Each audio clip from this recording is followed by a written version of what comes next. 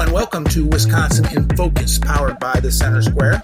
I'm Dan McCaleb, executive editor of the Center Square Newswire service. Joining me again today is the Center Square's Wisconsin correspondent, Ben Yount. How are things, Ben? We are inching closer to the end of this heat wave. Certainly by tomorrow, it should be tolerable to go outside.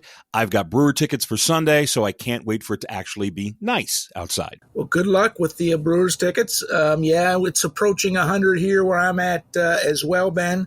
Not a fan of that. But, Ben, we're recording this on Thursday, August 24th. It's the day after the first Republican presidential debate of the primary season. The debate was held in Milwaukee, which also will place to host to the Republican Party convention next summer. Ben, as a sort of tune-up for next year's convention, where the GOP will select their presidential candidate, how do you think the city did playing host? This was the sort of dress rehearsal that you want, and not so much for the police or the fire or the people at Pfizer Forum, which is where the convention will be held, which is where the debate was held. They got that down. You got to remember that Milwaukee originally pitched the 2020 Democratic National Convention, and the city was awarded it. We were supposed to have been the Democratic hub just about 4 years ago, but that fell apart because of the coronavirus. So the security perimeter, the ins and outs of how you get in and out of that area of downtown, that was already planned years ago, and the execution worked. This was more of a dress rehearsal for all of the Republican politicos and fans and just everybody else who wants to be a part. And I think that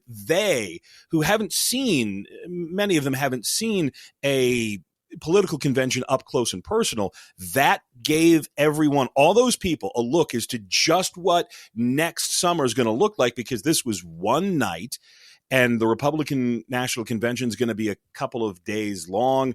And so it was, for those who've never been to a national party convention, this was certainly the wake-up call that a lot of Wisconsin Republicans needed. And I think that there are going to be people who are very happy that Milwaukee is the home of the Republican political center next year. And there are going to be a lot of people who would rather just not have all these out-of-towners milling about and taking up all of our parking spots. I hear you, Ben. Well, why don't we get into the fun stuff? I watched the debate from the comfort of my home last night.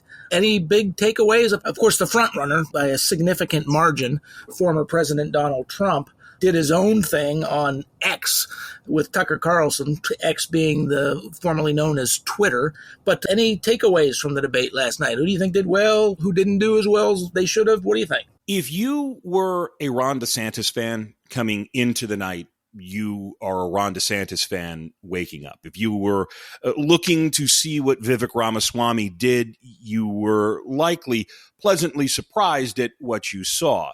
The question of who won, who lost, there was an awful lot of time spent on Milwaukee conservative talk radio and, other talk radio in the city asking that very same question. And it's really a mixed bag that no one really stood out. You've covered debates long enough, Dan, to know you don't win debates. You can certainly lose a debate, but you're not necessarily going to win the debate, and you're certainly not going to win the race on the first debate. One of the most striking things was there was very little talk about anything Wisconsin. And you would expect that in Wisconsin, someone would be able to throw out at least a Milwaukee reference or talk about the violent crime in this city. There really wasn't a mention from the candidates about something Wisconsin specific. Now, keep in mind that the Iowa caucuses are in January, followed shortly by the New Hampshire primary, then South Carolina. So there is more of an outreach to voters there than there was here. Voters in Wisconsin don't go to the polls till next April. So by the time that voters here in Wisconsin can cast a ballot, 99% of the people who are on that stage, if not 100% of people who are on that stage, aren't going to be there.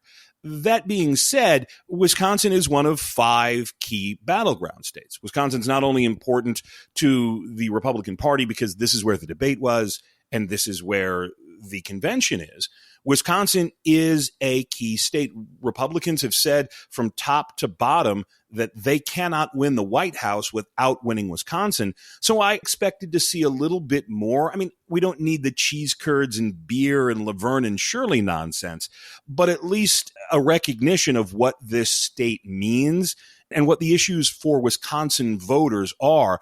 I was surprised that we didn't see that from anybody. But then again, I'm not a fan of debates because you get what you got largely last night, crosstalk and snipping and snapping and some shots to try and score a viral moment, and then a bunch of consultant-tested talking points, and we'll see what we get. Yeah, good point about Wisconsin not coming out of any of the candidates' mouths. It's certainly not issues, didn't talk about the issues that are directly affecting Wisconsin people. The fact that, last question, Ben, and then we'll be out of time, the fact that former President Trump, who's got double-digit leads over all the candidates, that he wasn't there, didn't participate in this first debate, and likely is not going to participate in any, also facing all these legal issues, these indictments that he has. Did that diminish the debate in your eyes in any way? I think what it did is it cleared the room a little bit. And you got a conversation about everything but the 2020 election. And we here in Wisconsin, we at the Center Square have been writing about the 2020 election since the day after Election Day. We could go through the Gableman investigation and the Zuckerbucks and absentee ballots and indefinitely confined voters and ballot drop boxes and the like.